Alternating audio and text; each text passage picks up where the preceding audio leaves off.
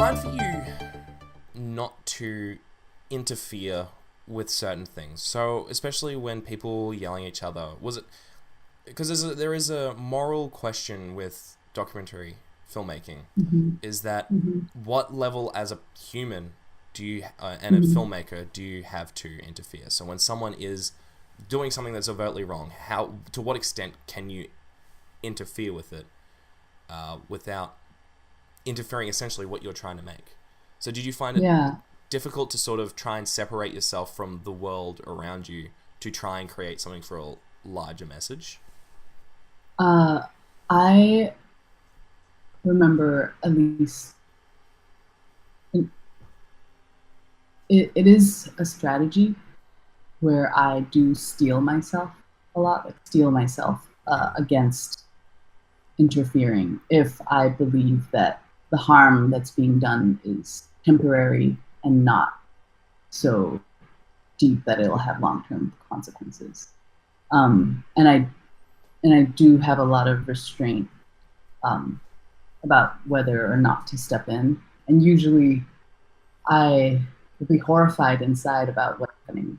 Um, I'll document it. And then after it's passed, then I try to step in to be a human being again, in a way. Like I'll comfort a person who was just yelled at or something, or like be in solidarity with the person who was victimized. But if it's not physical harm, I, maybe it's arbitrary, but for me, like I draw the line at like corporeal violations. Like if someone is physically being harmed, I would step in.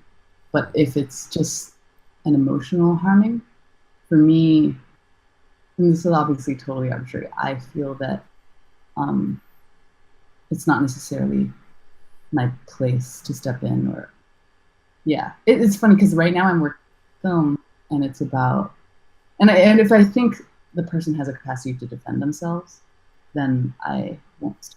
And usually in a context like the public bus, there were other people who would. And I knew that. But the film I'm working on right now, which is about, it follows stray dogs in Turkey as they overhear human conversations and tapestry of overheard Wow, conversations. that's a You very kind that's of a, get that's a very unique. you get a sense of what Turkey's going through. Wow. Okay. Yeah, I like that. Yeah, but so with dogs, it was this ethical dilemma. It came up much more because the dogs were sometimes in situations where they really were helpless, like if they really got rounded up by the government, or if a dog was getting mauled by another dog. Mm. In those situations, I would step in because if a dog is getting mauled by another dog, the dog is going to die or develop an infection, and there's long-term consequences. So I would sacrifice the shot for the film to be an ethical human being. And Okay. I think it would be the same if it were like a human who was getting brutally attacked. But I haven't been in those situations. No.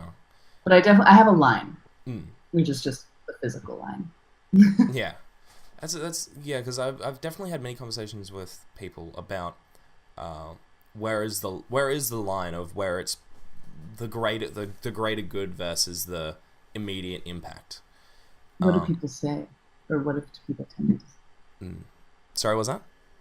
What have people tended to say? Well, it varies. I Mm-hmm. think a lot of the younger the person, they're generally more, Mm-hmm.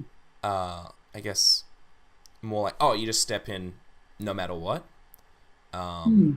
and especially Interesting. because I remember having this in university, we had this long form sort of discussion about it, and especially trying to the disconnection between, for example, that if they saw someone on the street and they were filming reaction Mm-hmm. street, that would be more helpful to stand in, but with connection to war.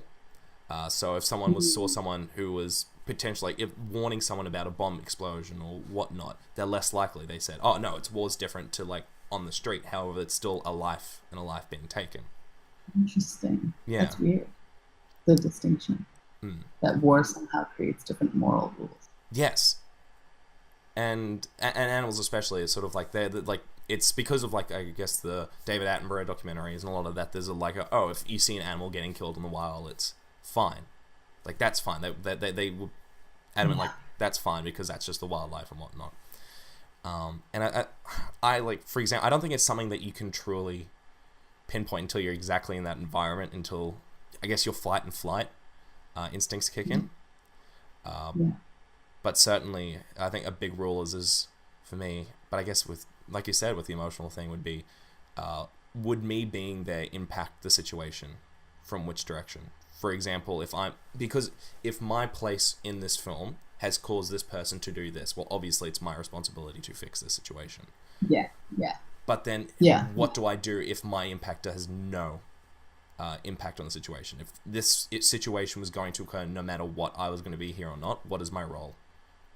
Am I here to save the person, or am I here to film what happens in this place? Yeah. I feel like people have a responsibility, because I've seen film, it's unfolding, and I'm like, wow, the step in and change this person's life, or prevent this kid from making a great. And for me, when I watch that stuff, I think that filmmaker has betrayed the subject in a way that's not excusable, because, like, I think it's important to stay objective about your subject. Betraying them in the film representation of them is different than betraying them in life. And I feel like when you have a relationship with your subject, I think you have to be like a good person. It's like very like with the dogs. Like I think at one point one of the dogs had become so emboldened because out with stray dogs so much that he became kind of a nuisance in this town, and then so he gets rounded up. And we could have just left it, but because I felt I was partly responsible, and also because he had been this, willing kind of subject in our film, I felt on a personal level that I had to step in to save the dog because of a relationship that we had. And otherwise, you're just a really cold person. Yeah. Yeah, it's very but hard. It's the stakes. I think it all depends on the stakes. Like if someone is really about to ruin their lives and they've been your subject, and them ruining their lives would be better for your film, like I don't think it's worth it. But at the same time, I am obviously a little bit of a person because I didn't step in when that guy was, the guy on the bus. But that's because I don't think the stakes are as high as other situations. And then you have things like the Howard Stern show where they encourage people to make bad mistakes, and